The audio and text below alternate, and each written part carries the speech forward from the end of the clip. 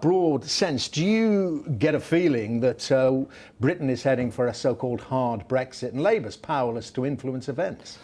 Well, I think that was the signal coming out of Conservative conference. I think the government have got two economic policies now, at least two, maybe more. One from the hard Brexiteers, and it seems the Prime Minister, of saying we should be outside the single market, outside the customs union, and really allowing immigration and the desire to limit immigration to govern everything else.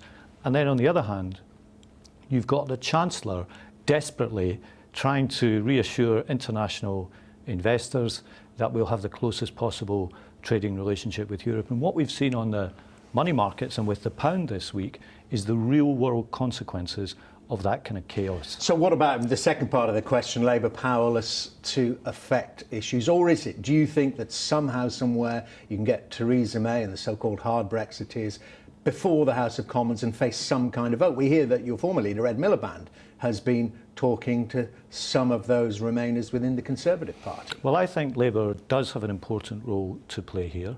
I think we should be speaking up for a difference really on two counts. We should be saying it's not right that immigration policy governs everything else, including economic and trade policy. These things should be considered together, not with one ruling the other.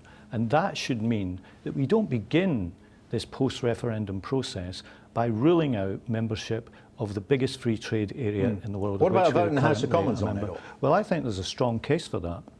The referendum decided one thing, which was that the UK was to leave the European Union, but it didn't decide on the single market, it didn't decide on the customs union, and it didn't decide on a huge range of other things. And wouldn't it be an enormous irony if, in the name of taking back control and increasing parliamentary sovereignty, the government decided that after the referendum, Parliament was to play no role whatsoever in Britain's post-referendum future? You know, this is a huge question.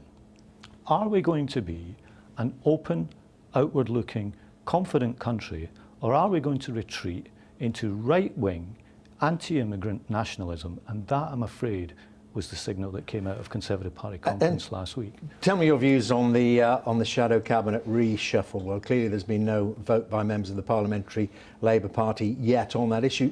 Talk about, and there's been talk for some time of shadow cabinet. Are you part of these discussions, part of these considerations, that you'll ignore what Jeremy Corbyn and his front bench team say and you kind of take it your own way? No, I think there's been, in a way, too much internal focus here on whether the shadow cabinet is elected or appointed by the leader and so on.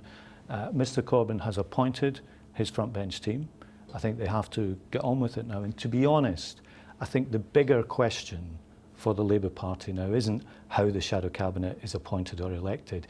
It is whether we can stop the country becoming a one-party But it's the Tory policies state. it put forward, because, you know, millions of Labour voters presumably voted for Brexit. Yet we hear from Jeremy Corbyn that immigration isn't the problem. We'll just give some money to affected communities. Now, those Labour voters don't think that. Well, a lot of Labour voters did, and I think you've got to consider these things in the round. As I say, you have to take concerns about immigration and the economy together.